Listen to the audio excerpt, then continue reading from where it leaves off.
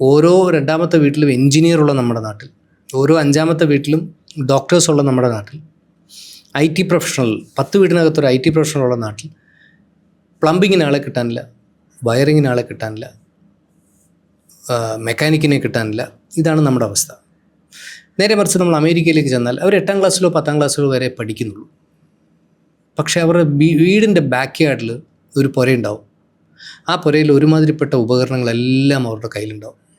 വീട് അവർ പോച്ച് ചെത്തുന്നവരായിരിക്കും, വീട്ടിലെ വയറിങ് അവരായിരിക്കും, വീട്ടിലെ പെയിൻറ്റിങ് അവരായിരിക്കും, അത്യാവശ്യം കാർപ്പൻട്രി പണി അവരായിരിക്കും.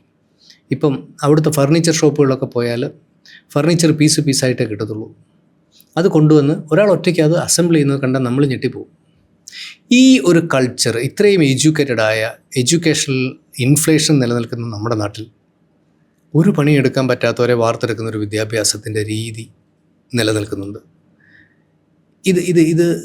ഇത് മാറേണ്ടതല്ലേ? അല്ലെങ്കിൽ എന്തുകൊണ്ട് സംഭവിക്കുന്നു എന്നുള്ളത് അല്ല. നമുക്ക് ഇപ്പം ഈ പറഞ്ഞൊരു സ്ഥിതി കുറേ കാലം തുടരുകയാണെങ്കിൽ, എൻ്റെ പ്ലംബിങ്ങിന് എനിക്ക് ആളെ കിട്ടുന്നതിന് ഞാൻ തന്നെ തുടങ്ങൂലേ? എൻ്റെ കാർപ്പൻ്ററായിട്ട് എനിക്ക് ഒരാളെ കിട്ടുന്നില്ലല്ലോ, ഹ്യൂജ് എക്സ്പെൻസീവ് ആണെങ്കിൽ നമ്മൾ എന്ത് ചെയ്യും? നമ്മൾ തന്നെ ചെയ്യും. വീട് ക്ലീൻ ചെയ്യുന്ന സർവൻ മെയ്ഡിന് കിട്ടാനില്ല, വളരെ കോസ്റ്റ്ലി ആണെന്ന് പറഞ്ഞാൽ നമ്മൾ എന്ത് ചെയ്യും? നമ്മൾ തന്നെ ചെയ്യും. അതാണ് അമേരിക്കയിൽ നടന്നത്. കാരണം ഹൈലി കോസ്റ്റ്ലി ആണ്, ലേബർ കോസ്റ്റ് വളരെ കൂടുതലാണ്.